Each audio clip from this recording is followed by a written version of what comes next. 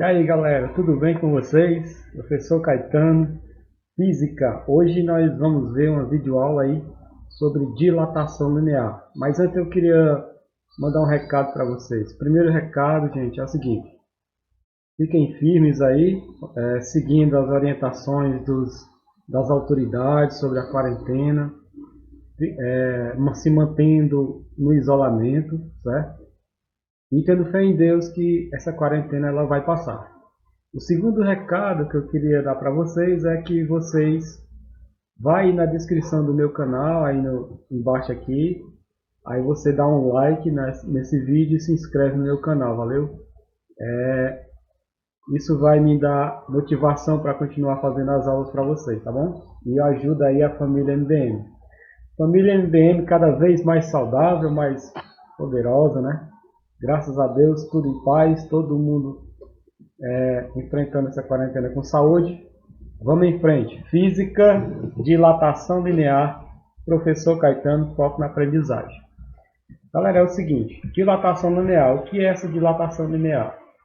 Como vocês sabem, o nome dilatação significa deslocamento, aumento do tamanho, ou aumento ou diminuição. No caso, dilatação seria o aumento do comprimento, do volume ou da área de qualquer material. Quando nós estudamos física, nós estudamos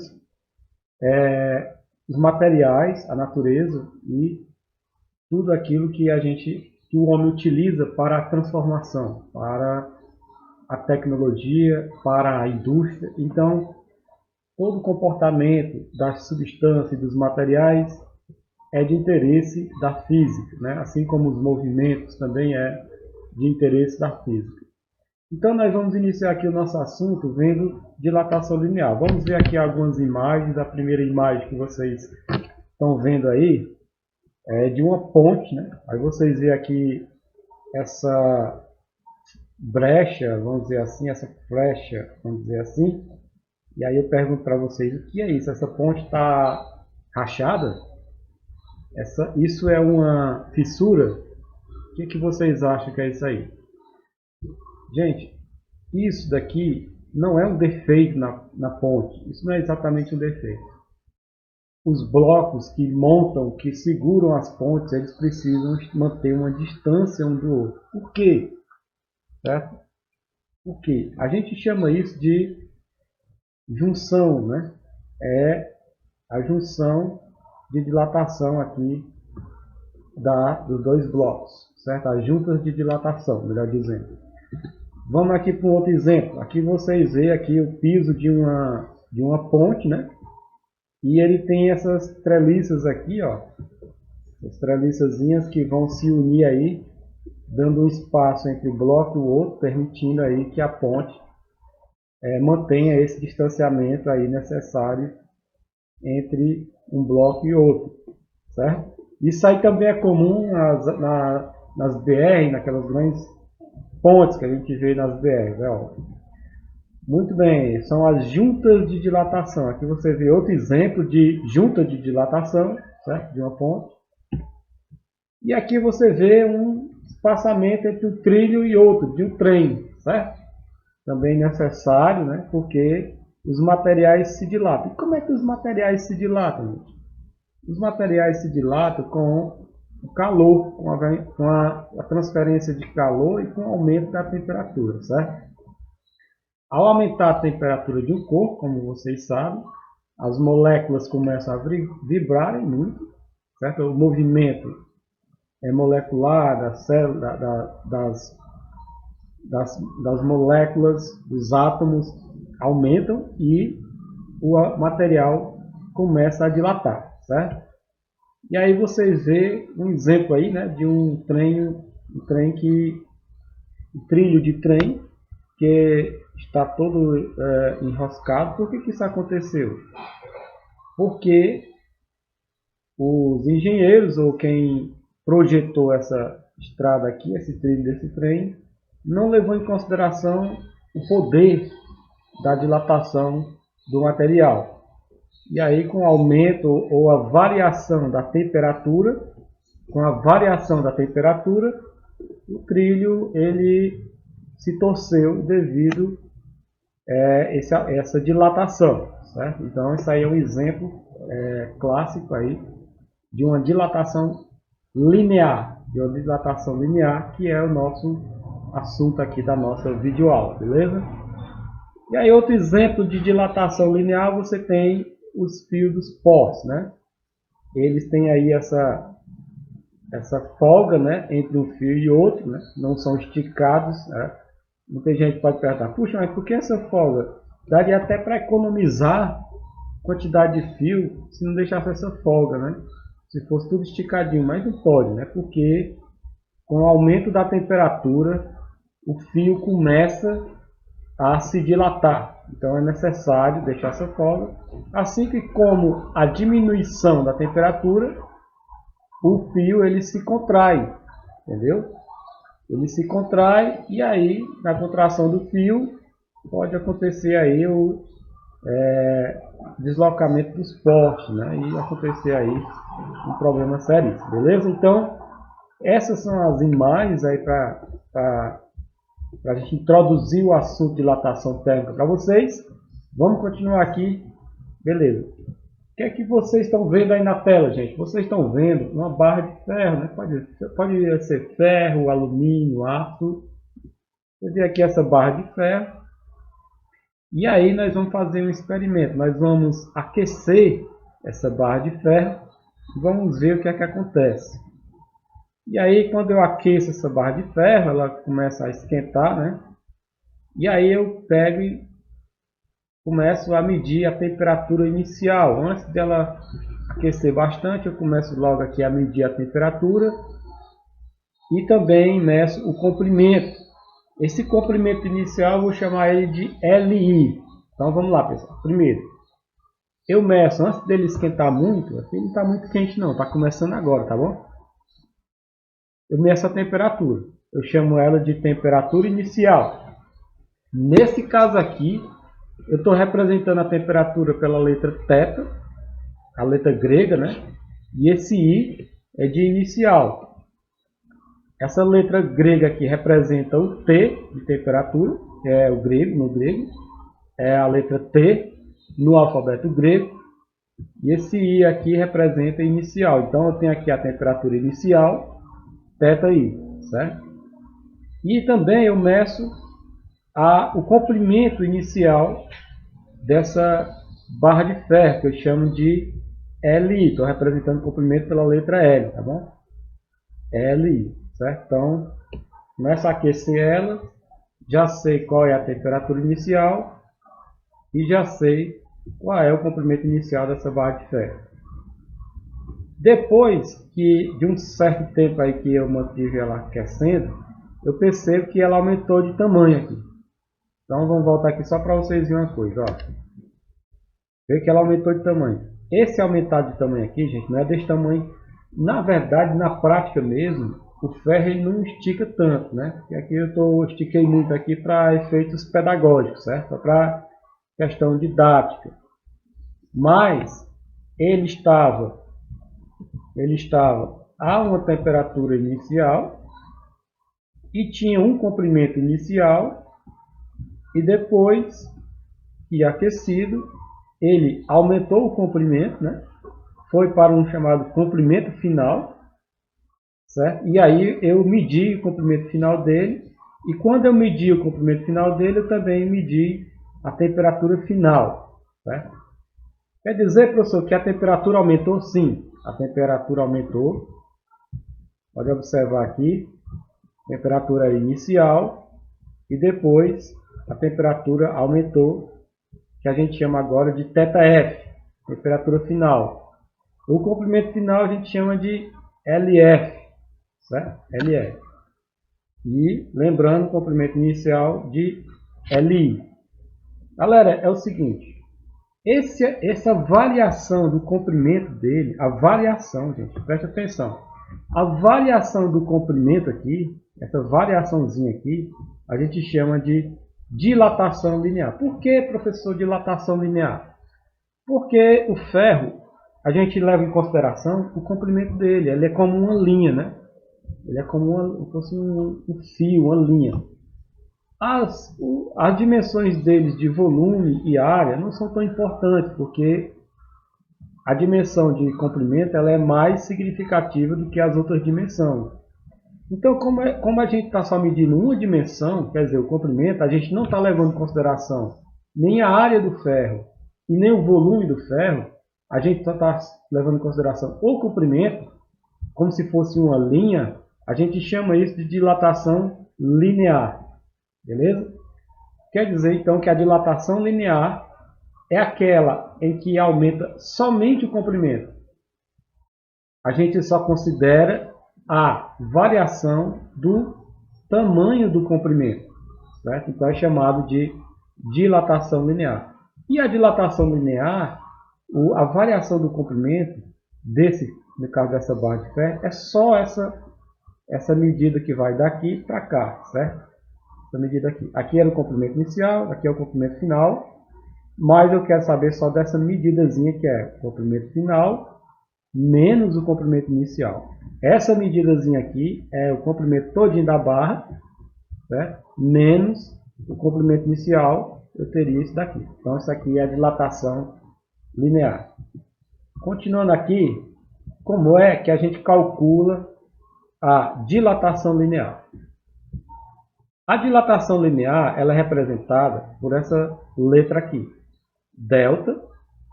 Também é uma letra grega, né, do alfabeto grego, equivalente à letra D, certo? Aí por isso que é chamado de dilatação da letra D, né? E linear, certo? Do L aqui, comprimento, certo? De linear, comprimento. O L aqui de linear, que como é comprimento inicial, comprimento final. Então essa aqui é a variação de comprimento. Vocês já conhecem essa letra grega delta lá da variação de temperatura, variação de velocidade. Vocês já conhecem essa letra aqui, já de outros assuntos da física que vocês já viram. Então esse D aqui, geralmente ele representa deslocamento, certo? Deslocamento. Mas aqui no caso nós está representando dilatação, D de dilatação, beleza? Como é que a gente calcula o valor dessa dilatação? Como é que a gente calcula o valor disso? Aqui é a formulazinha. A dilatação, esse comprimento aqui, ele é igual ao comprimento inicial, o Li, vezes o alfa, que é o coeficiente linear, certo? É o coeficiente linear, é o coeficiente de dilatação linear, vezes o delta θ, ou variação de temperatura, certo? Vamos lá de novo. A variação do comprimento é igual ao comprimento inicial vezes o coeficiente linear de dilatação térmica, linear, porque é só o comprimento que está levando em consideração, vezes a variação de temperatura. Só esses três itens, comprimento inicial, coeficiente e variação de temperatura. Multiplicando os três, você tem a variação a dilatação ou variação do comprimento, beleza? Então, a variação do comprimento do ferro depende do comprimento inicial dele, vai depender também do coeficiente de dilatação linear e vai depender também da temperatura que eu imponho a esse material, beleza? Elas são diretamente proporcionais a essas três grandezas aí que vocês estão vendo, beleza? Vamos para frente. Muito bem, dilatação linear. Está aqui a fórmula. Como é que a gente vai usar essa fórmula? Primeiro, lembrando que o Li é o comprimento inicial, certo? O ΔT ou Δθ é a variação de temperatura. Como é que a gente calcula a variação de temperatura? Temperatura final menos temperatura inicial. E a gente vai medir aí em graus Celsius. O comprimento nós vamos medir em metros ou centímetros, certo? Nós vamos atotar essas medidas nos nossos exercícios, tá bom? Vamos para frente. E aí vamos rever aqui, vamos dar mais atenção aqui ao alfa. O que é esse alfa? O alfa é o coeficiente de dilatação linear. Ele é o coeficiente de dilatação linear. Vamos ver aqui o que é que esse alfa faz. Você tem aqui uma tabelazinha de 1, 2, 3, 4, 5 substâncias, 5 materiais da natureza. E aí você tem aqui o coeficiente de dilatação linear do aço, do ferro, do cobre, da prata e do latão, certo? Professor, o que é esse coeficiente de dilatação linear? Esse coeficiente de dilatação linear é a capacidade que o ferro tem de se dilatar de acordo com a variação da temperatura. Todo material eles se dilatam de forma diferente. O ferro se dilata diferente do aço, a dilatação do cobre é diferente da do ferro, a dilatação da prata do cobre e do latão e assim por diante. O professor explica melhor. Vamos lá, por exemplo, o ferro. O coeficiente de dilatação do ferro é 1,1 vezes 10 a menos 5 graus Celsius elevado a menos 1. 1,1 vezes 10 a menos 5 significa que o aço ele se dilata 1,1 vezes 10 a menos 5 centímetros a cada variação de 1 grau Celsius. Cada aumento da temperatura de 1 grau Celsius, cada vez que aumenta a temperatura em 1 grau Celsius, ele aumenta 1,1 vezes 10 a menos 5 centímetros. Compreendeu aí? Vou repetindo aqui, ó.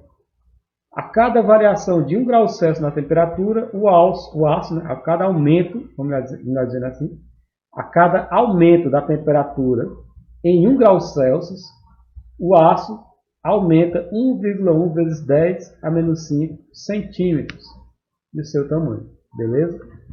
Essa é mais ou menos o significado do coeficiente de dilatação. Cada material tem o seu coeficiente de dilatação. Cada um se dilata de forma diferente. Aqui você olhando para isso aqui, você vê qual é o que se dilata mais. O que se dilata mais é o latão, quer dizer, se ele for exposto a altas temperaturas ao fogo, ele vai se dilatar mais do que o aço, certo? Ele tem um poder de dilatação maior do que o aço. Isso significa que o latão é menos resistente do que o aço. O aço é mais resistente ao fogo. A variação de temperatura mais tecnicamente falando, né? Quer dizer, o aço ele é mais resistente à variação de temperatura do que o latão. Beleza, vamos para diante. Então, por exemplo, você tem aqui, deixa eu voltar aqui, o aço, né? 1,1 vezes 10 a menos 5. Você tem o aço, que o coeficiente de dilatação dele é 1,1 vezes 10 a menos 5, vezes graus Celsius elevado a menos 1. O que é que significa 1,1 vezes 10 a menos 5? Gente, esse 10 a menos 5 significa que essa vírgula aqui, ela vai, se a gente for transformar isso daqui, que é uma potência de 10, em número decimal, significa que essa vírgula aqui ela vai voltar 5 casas. Ó. 1, 2, 3, 4, 5. Pronto. 0,00011.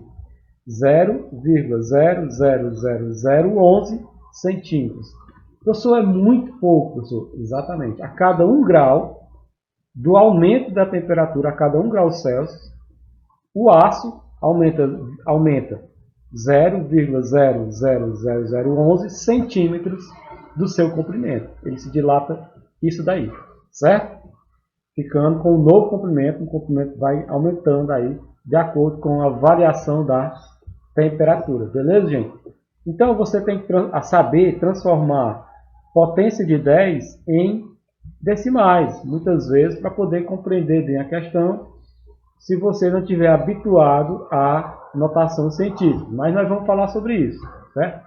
Por exemplo, vamos dar aqui uma revisão, certo? De potência de 10, uma revisão bem sorrateira, nada, a gente não vai adentrar no assunto demais, é simplesmente para você relembrar aqui, não é tema dessa aula, potência de 10, vamos só passar rapidamente para vocês se relembrarem. 10 elevado a 0 é 1, todo número elevado a 0 é igual a 1, vocês lembram? Ou então eu posso dizer que 1 vezes 10 elevado a 0 é 1, tudo bem.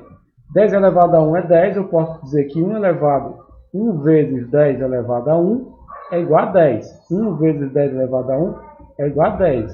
É expoente positivo, certo?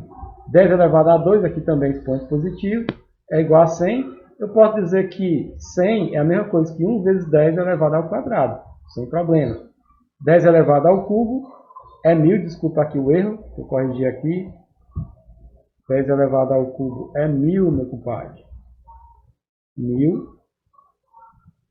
10 elevado ao cubo é 1000. E eu posso dizer que 1 vezes 10 elevado ao cubo é 1000, sem problema nenhum. Agora vamos adiante para ver o caso dos expoentes negativos. Aqui é os positivos. Vamos ver aqui o caso dos expoentes negativos. 1 vezes 10 elevado a menos 1, eu posso dizer que, não, 10 elevado a menos 1 é a mesma coisa que 1 vezes 10 elevado a menos 1, que é 0,1. Presta atenção, o expoente está negativo. Quando o expoente está negativo, a vírgula, em vez de ir para frente, vai para trás. Vamos dizer assim, vai para a esquerda, certo? Então fica 0,1. 10 elevado a menos 2, eu posso dizer que 1 vezes 10 elevado a menos 2 é 0,01. Ó, a vírgula estava aqui, ó. 1, 2. Então, por que 10 elevado a menos 2? Eu pego 1. Se fosse elevado a menos 1, a vírgula andava uma casa. Como é 10 elevado a menos 2, ela anda 2 casas à esquerda, certo? 10 elevado a menos 3 é a mesma coisa que 1 vezes 10 elevado a menos 3, que é 0,001. A casa anda para a esquerda, porque está negativo, 3 casas. Melhor dizendo, desculpa. A vírgula anda para a esquerda, 3 casas, porque é menos 3 negativo aqui, menos 3. Então fica, o expoente é menos 3 negativo. Então fica 1, 2, 3.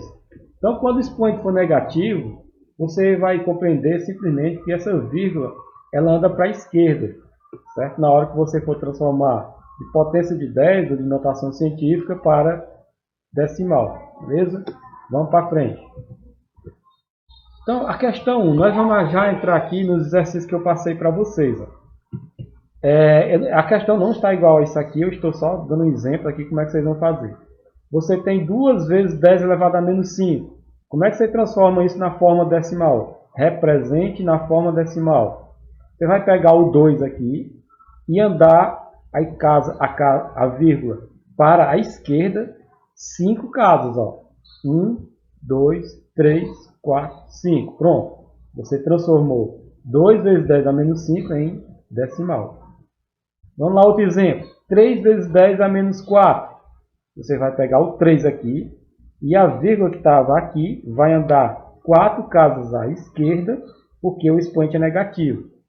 Então fica aqui, ó. Começa aqui, ó. Começa bem aqui. Começa bem no pé do número aqui, ó. Começa a contagem aqui. 1, 2, 3, 4. Beleza? Então assim, vamos ver aqui como é que fica lá na questão. Só para vocês perceberem como é que está a questão lá. Olha, na tela, é isso aí. Muito bem, tá desse jeito aí, ó. Represente na forma decimal esse número aqui. Procure esse número aí. Olha onde é que está a vírgula. Começa a contar 5 casas para a esquerda, certo? Então a questão aí, você vai escolher um desses itens aqui que representa 2,5 vezes 10 a menos 5 na forma de decimal, certo? Muito bem. Isso aí vai ser moleza, não vai ser difícil não. É fácil. Vamos para a segunda questão. Segunda questão, represente na forma de potência de 10. Se eu tenho 0,00022, eu vou ter que andar a casa para a direita, certo? Agora é para a direita, para transformar isso em potência de 10. Vamos ver como é que faz isso. 0,00022, na forma decimal, eu posso fazer assim, ó. 1, 2, 3, 4, 5, ó. Fica 22. A vírgula vai andar 5 casas. 5 casas para a direita. Por quê? Porque eu quero que esse número aqui,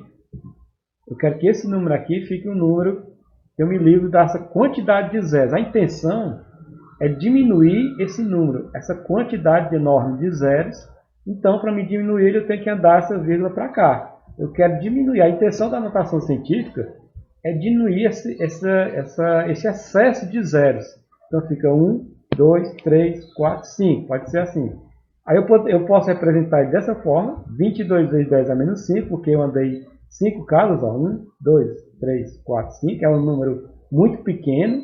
Aí eu transformei em notação científica com 10 elevado a menos 5.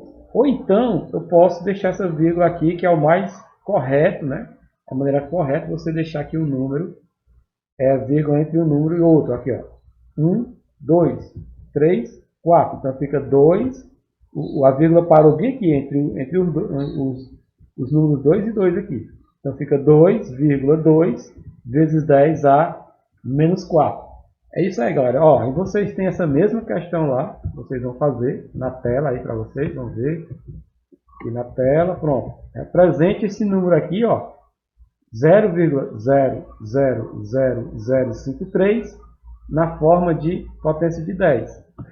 Aí eu quero mostrar para vocês isso daqui, ó. Aqui tem 50 vezes 10 a terceira, vezes isso daí. Será que dá? Ó? 1, 2, 3, 4, 5. Ó. Será? É negativo? Tem que ser negativo, né, gente? Porque a vírgula está à esquerda, eu vou botar ela para cá. Então, negativo. Olha aqui, ó. Eu quero explicar para vocês isso daqui, ó. Esse chapeuzinho aqui representa que é 10 elevado a menos 4. Porque quando a gente vai elaborar aqui na internet, a gente não tem a opção aqui de editar o número aqui em cima. Então a gente usa esse chapeuzinho aqui, ó. 54 vezes 10 elevado a menos 4. Eu estou chamando o chapeuzinho aqui de maneira bem grosseira, só para vocês compreenderem, só uma questão de didática, certo? 55 vezes 10 elevado a 22, aqui não precisou. Mas quando eu vou fazer o número negativo, não tem a opção de botar. Então eu uso esse chapeuzinho aqui, ó. 5,3 vezes 10 elevado a menos 5. Beleza? Deu para compreender aí. Então toda vez que tiver esse chapeuzinho aqui, entenda que é porque está elevando o próximo número ao expoente aqui, certo? Ok, vamos para frente, vamos voltar aqui para nossa aula. Vamos lá, questão 3 da atividade de vocês. Um exemplo aqui. Uma ponte de concreto será construída sobre um rio e ela terá 100 metros. A ponte vai ter 100 metros de comprimento. E a variação de temperatura na região está entre mínima de 10 graus e máxima de 40 graus. Então, uma ponte aí numa região qualquer, ela vai ser construída, a ponte ela vai ter 100 metros de comprimento, certo? E a variação de temperatura na região é de, no mínimo, 10 graus e no máximo 40. Então, é uma variação muito grande, né, de temperatura na região. Então, isso quer dizer que essa ponte que é de concreto, ela vai ter uma variação no comprimento dela. E qual é o problema, professor, se tem essa variação de comprimento? Gente, se tem variação de comprimento no concreto, significa que ele pode trincar, ele pode quebrar, ele pode rachar. Então, os engenheiros precisam saber qual é essa variação, né? E aí tomar as providências, deixar aquela distância entre um bloco e outro de concreto para evitar que a ponte trinque, né? Para que haja fissuras na ponte e assim prejudicar ou colocar muita gente em risco aí, colocar a vida de muita gente em risco, certo? Então, qual é a variação de comprimento da ponte? Lembrando aí que o coeficiente de dilatação do concreto é 1,2 vezes 10 a menos 5 vezes graus Celsius elevado a menos 1. Então, o concreto tem coeficiente de dilatação linear 1,2 vezes 10 a menos 5. Beleza, vamos para adiante. Então, lembrando aí, ó, a formulazinha, né, ó, variação do comprimento é igual ao comprimento inicial da ponte, vezes o coeficiente de dilatação do concreto, que a ponte é de concreto, vezes a variação da temperatura na região. O comprimento da ponte é 100 metros, o coeficiente de dilatação linear da ponte é 1,2 vezes 10 a menos 5, e a variação de temperatura na região, qual é? A gente viu lá que a temperatura final, que é a máxima, né? Deixa eu voltar aqui. A máxima é 40 graus e a mínima 10. Então, a máxima 40, que é a final, e a menos a inicial, que é 10, certo? Variação de temperatura na região é temperatura final da região e temperatura inicial, a máxima e a mínima.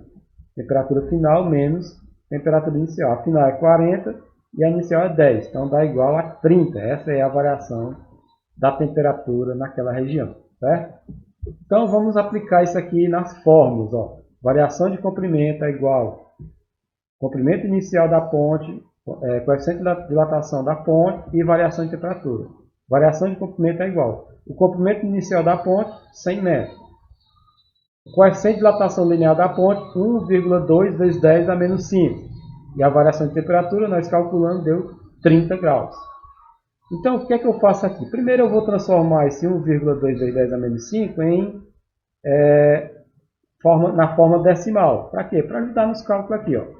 1,2 vezes 10 a menos 5, eu ando a casa 5 casas à esquerda, né? Está negativo. Ó. 1, 2, 3, 4, 5. Então começa aqui, né? Melhor dizendo.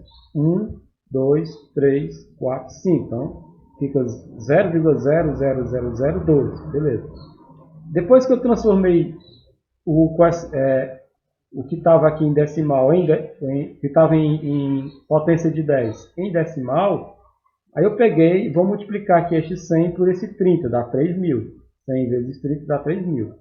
Repete o 0,00012, repete aqui.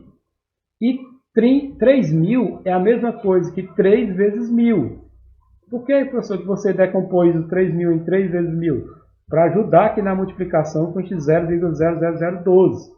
Quando eu multiplicar 1.000 por 0,00012, essa vírgula aqui vai 3 casas para frente. Ó. 1, 2, 3.